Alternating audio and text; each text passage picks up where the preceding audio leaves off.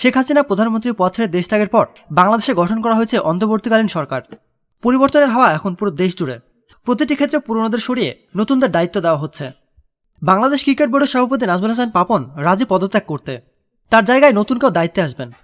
এদিকে বিসিবির বেশ কিছু পরিচালক গা ঢাকা দিয়েছেন। পদত্যাগ করছেন ক্রিকেট অপারেশন চেয়ারম্যান ও বিসিবির শক্তিশালী পরিচালক জালাল ইউনুস। পরিবর্তন আসতে যাচ্ছে বিসিবির সভাপতি পদ ও পরিচালনা পর্ষদেও। নতুন সভাপতি হিসেবে সাবেক নির্বাচক ফারুক আহমেদের নামও শোনা যাচ্ছে। তিনি দায়িত্ব পেলে কোচ হাতুরু সিংয়ের চাকরিও খোয়া যেতে পারে।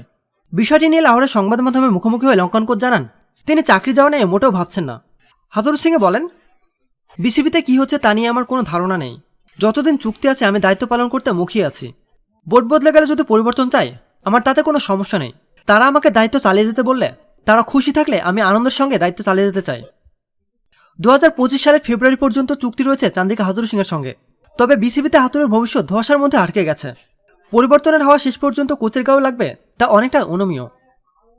প্রতিনিয়ত খেলাধুলার আপডেট জানতে আমাদের সাথেই থাকুন। এতক্ষণ আমাদের সাথে থাকার জন্য ধন্যবাদ।